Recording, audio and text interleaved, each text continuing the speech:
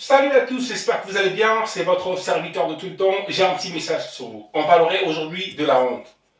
Il était une fois une femme qui priait de tout son engagement, elle priait, elle demandait à Dieu un mariage, un mari, quelqu'un de meilleur, de mieux, qui lui apporterait un plus, donc de la joie. Donc elle partait à l'église tout le temps, elle en parlait, elle priait. Et un jour, juste après le séminaire, voilà une révélation s'annonce. On demande à tout le monde, tiens, mais il est temps que ceux qui ont prié, qui ont des sujets de prière sur le mariage, s'annoncent. Donc levez le doigt pour ceux qui ont demandé le mariage. Cette femme, elle était bien dans son petit coin, dans la foule, dans cette église. Et on demanda, on insista, que tous ceux et celles qui ont prié pour le mariage se lèvent pour justement s'annoncer, pour dire que voilà, je priais pour le mariage. Cette dernière femme, dans son coin, elle avait honte de se lever pour témoigner, pour dire que oui, justement, je fais partie de ceux ou celles qui a besoin de mariage, qui priait pour le mariage.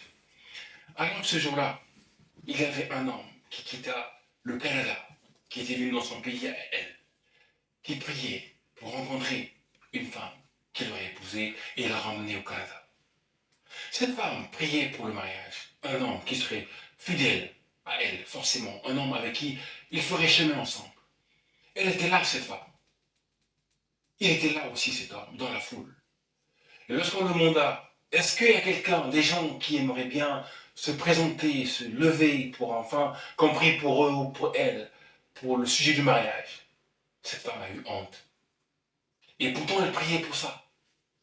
Mais ce jour-là, devant la foule, devant tout le monde, dans la salle, elle a eu honte de se lever pour dire, je fais partie de celles qui ont prié pour le mariage.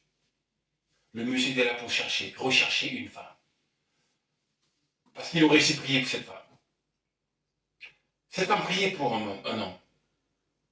Elle a eu la possibilité de s'annoncer, simplement se lever. Pour que cet homme la repère, la honte s'est annoncée. La femme a eu honte de sa vie. De peur de se lever qu'on remarque alors c'est elle qui priait pour le mariage. Et de peur qu'on se moque d'elle. Elle a laissé passer la honte en premier.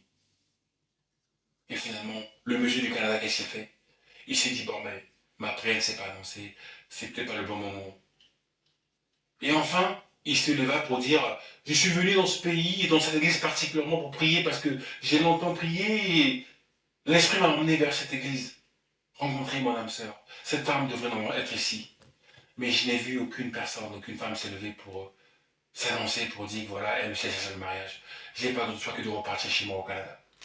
Alors qu'au fond d'elle, cette femme, elle recherchait, elle voulait, elle priait pour cet homme. Voilà comment malheureusement cette femme a perdu l'homme de sa vie. Elle l'a ressenti après que cet homme du Canada l'ait annoncé publiquement. La honte, elle tue. La honte, enfin, elle fait couler des larmes. On aurait eu une opportunité que pour nous seuls. Mais on a hésité et on s'est dit non, mais il y a trop de gens, ils vont me regarder, ils vont se moquer de moi. Tu t'es fié au jugement alors que j'avais un problème sur lequel tu priais. Tu étais ferme et fidèle. Tu parlais à Dieu pour ça. Tu as eu honte. Et tu as fait passer ton âme sœur, ton mari, l'homme que Dieu aurait choisi pour toi. En fin de compte, on condamnera le monde, on condamnera Dieu qui n'a pas exaucé aux prières. Faisons attention lorsque nous prions pour quelque chose de précis. Soyons fermes et soyons nous-mêmes. Le monde, ça ne sert à rien. C'était ta chance, chère femme. Si celui ou celle qui écoutera cette vidéo prend conscience que cela nous arrive jamais, la honte a fait regretter les gens des vies. Prenez conscience. À bientôt. Ciao, ciao.